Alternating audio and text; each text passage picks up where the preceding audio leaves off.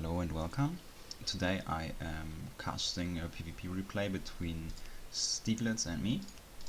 This is a 1v1 match on Ermia, and we are seeing Fire Tier 1 against Shadow, which is probably the most common Tier 1 matchup that you might encounter, maybe next to the two mirror matchups, Fire versus Fire and Shadow versus Shadow. So I am playing with Sunstriders and Scavenger, and he's using Forsaken and Red Charger. So pretty much the same as always. Both players spawning some units and then trying to fight for the center, getting small micro advantages by skirmishing a little bit and getting an effective trade here. So I'm trying to use this choke point here a little bit to zone off the units. If he just runs through with all of his stuff, I might be able to get a good eruption. Now I'm splitting against Nasty Surprise because I'm really afraid of the Stretch Charger running in. If he gets like 2 Sunstriders and then finishes off the Scavenger, I'm in a very bad position here. But right now both units get to retreat and I get a good focus onto this Forsaken. As you can see, they kind of drop down to 2 squads, so they are basically eliminated, and he activated this one and without being able to finish off the Sunstriders.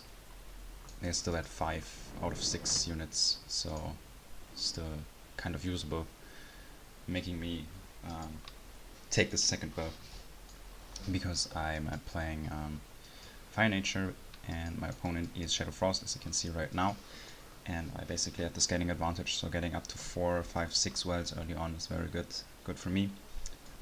Yeah, good response of taking tier 2 because he just has 1 Red Charger left and he's kind of slightly behind, but his advantage right here lies within the high amount of bound power that I have in Sunstriders, and he can just tech up, and with just 60 bound power from his tier 1 units he can just play Dark Elf Assassins, who are very effective into my Sunstriders.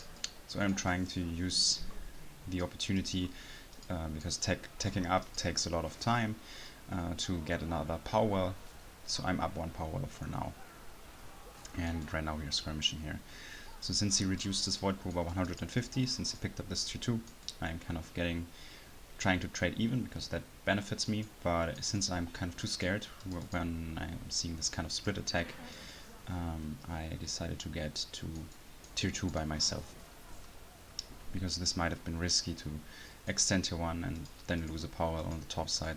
That would just something that I don't want.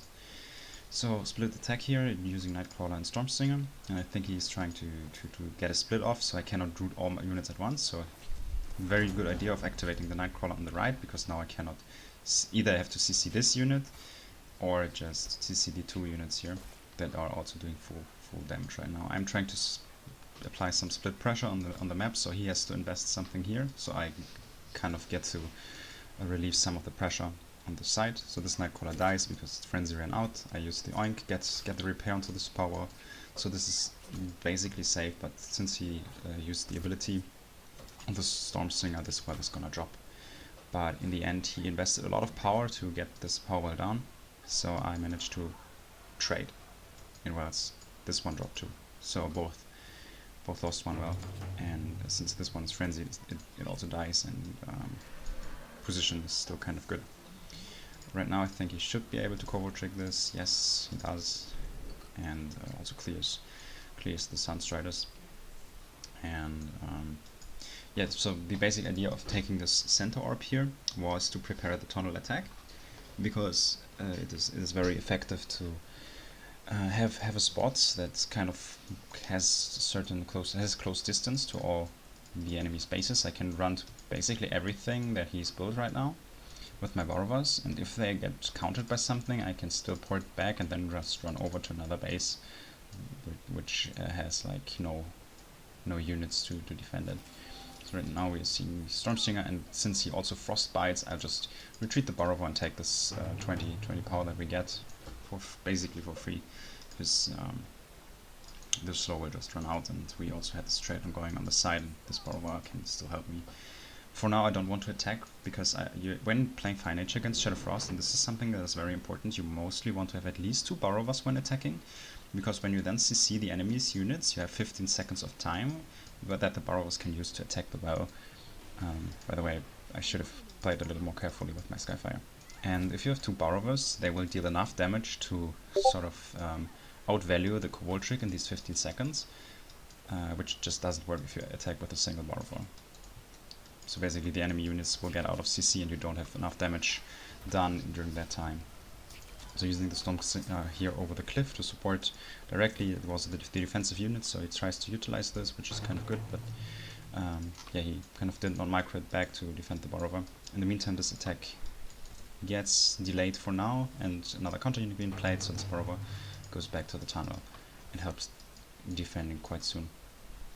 So yeah, I think he tried to kite the Ghost Priest on the top side of the map, so that is kind of okay, but the Skyfire Drake is still able to clear the Storm Singer. You can always play Skyfire Drake into single Storm Singers, because even if they use the ability, you could technically, if it gets dangerous, Ravage, and that sort of helps a lot to clear them when there's not a lot of DPS to get rid of the Skyfire Drake. It's pretty much unkillable. So now we go for a split attack on two sides, because Stiglitz tried to equalize in power wells, and I also have now two borrowers on this side and also a decent amount of DPS on that side here. So I'm using this borrower, microing it a little bit around the root, so it does not directly take damage from this Nightcrawler, and I try to focus wells on both sides. So this borrower got back to the tunnel because it was low. This tries to run away and freeze. If I was a little faster, I might have been able to move out of my Sky Fiends.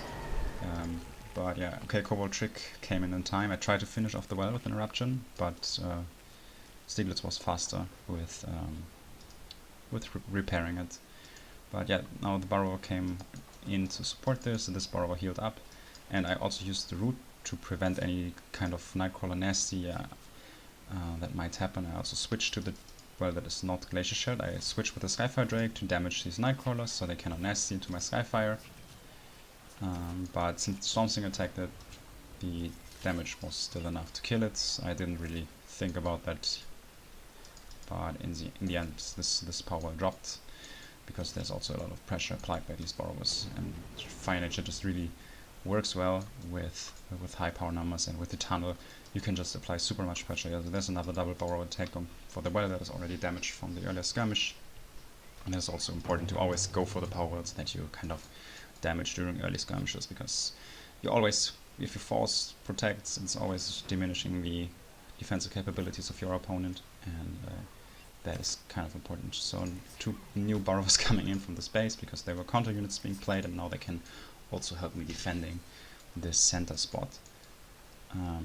This is basically what you want when playing the tunnel. You always want to control this, if possible, just by the monument, because power wells are much safer when you have a higher distance when playing Fire Nature, because then you can always utilize CC much more effectively.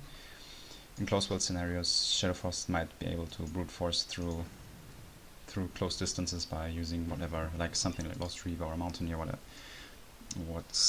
whatever they can use to just get through. So there's a Lost Reaver here. I think yeah, that is a beautiful nasty, and also a mistake by me by not splitting my attack. You always want to maybe have like Borrow Skyfire Drake here and double Borrow on the bottom side, and then kind of make sure that this cannot happen. Very, very good Reaver nasty in this case. And yeah, right now we're having a lot of units left from the defending side here, and we kind of try to split our stuff again to get attacks done on every side of the map. Ravage would be an option, I guess, because Stormsinger don't deal a lot of DPS, and if this one dies, this Skyfire is basically safe even with Frostbite. And yeah, right now there's a lot of cross-map attacks going. Here's the Frostbite a little late. The Sporowar got quite low because the Dark Elf Assassin's activated. Another nasty killing the Skyfire here. But in the second, the Borrowers were able to kill the Stormsinger, and this all drops here, so that's basically the game. I just wanted to show this replay because I think it was kind of a nice display of how this tunnel deck might work, and yeah, how the strategy behind this kind of works when playing this matchup. And it also has to be said that it is very, very important to kind of have at least a pretty high power level, and if possible a solid advantage to execute this, because the idea if you fall behind, and as I already said, you need a lot of units and power to set up attacks with Fire Nature into Souls. You might just run into tier 3 if you fall behind and try to set up your entire combo. So this is basically the best case scenario where this tunnel can work, and as you can see, it might be really oppressive for the opponent because you can save your units so easily. So yeah, thanks for watching and see you in the next replay.